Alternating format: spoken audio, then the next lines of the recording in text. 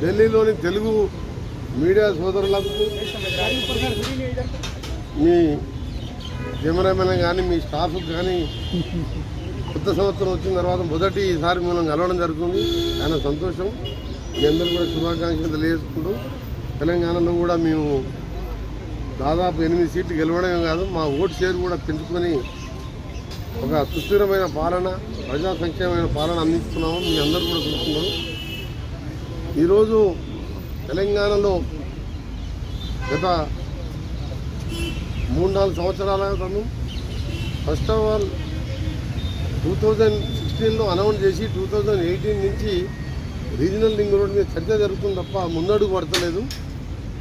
గత ప్రభుత్వం దాని మీద కొన్ని అనౌన్స్ చేసినప్పుడు యూటిలిటీ చార్జ్ కడదామని చెప్పి ఒప్పుకొని తర్వాత వాళ్ళు మేము కట్టామని చెప్పడం, నేషనల్ హైవే వాళ్ళు దాన్ని బ్యాక్ పోవడం, మళ్ళీ మా గవర్నమెంట్ వచ్చిన తర్వాత నేను వచ్చి గడ్కరీ గారి ఆనరబుల్ మినిస్టర్ గారిని కలిసి సీఎం గారు నేను ఇద్దరం కలిసి వారిని ఒప్పిస్తే వాళ్ళు యూటిలిటీ ఛార్జ్ కూడా మీరు కట్టే అవసరం లేదు, మేమే కట్టుకుంటామని చెప్పి ముందుకు వచ్చి రావడం, దాన్ని వేగవంతం చేసే ప్రక్రియలో ఎలక్షన్ కోడ్ వచ్చినప్పుడు కొద్దిగా ఆలస్యమైంది.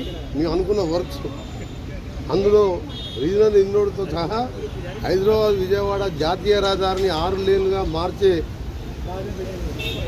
అది ఒక దేశంలోనే ఎక్కువ ట్రాఫిక్ ఉన్న రోడ్డు, 60,000 వెహికల్స్ పర్ డే వస్తాయి. జిఎంఆర్ అనే సంస్థ టోల్ రోడ్ తీసుకొని యాక్చువల్గా 2024లోనే 6 లేన్గా కంప్లీట్ చేయాలి. కానీ వాళ్ళు వివిధ కారణాలు చూపిస్తూ కోర్టుకి వెళ్తూ దాన్ని 6 లేన్గా టేకప్ చేయలేదు.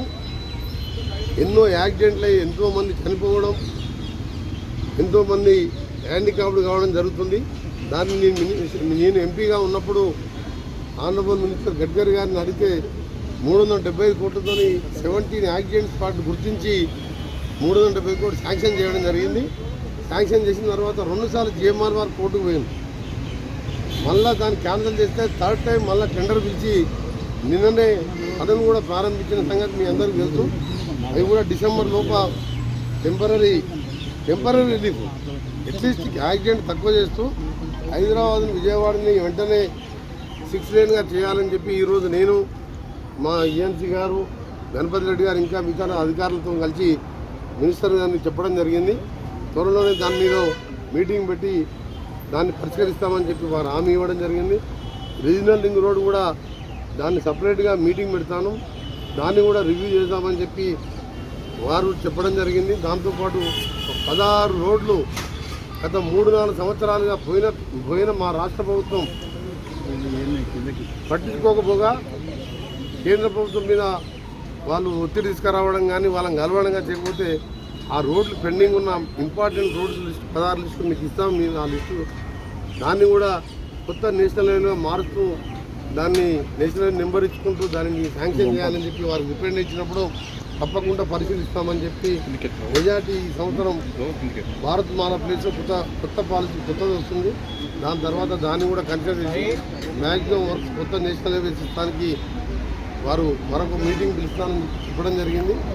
ఇంకొకటి హైదరాబాద్లో మీకు తెలుసు, ఉప్పల్కి వెళ్ళి గట్కేసర్ పోయే ఫ్లైఓవర్ 5-6 సంవత్సరాల క్రితం స్టార్ట్ అయ్యి ఇప్పటికీ 40% పనులు మాత్రం పూర్తయింది.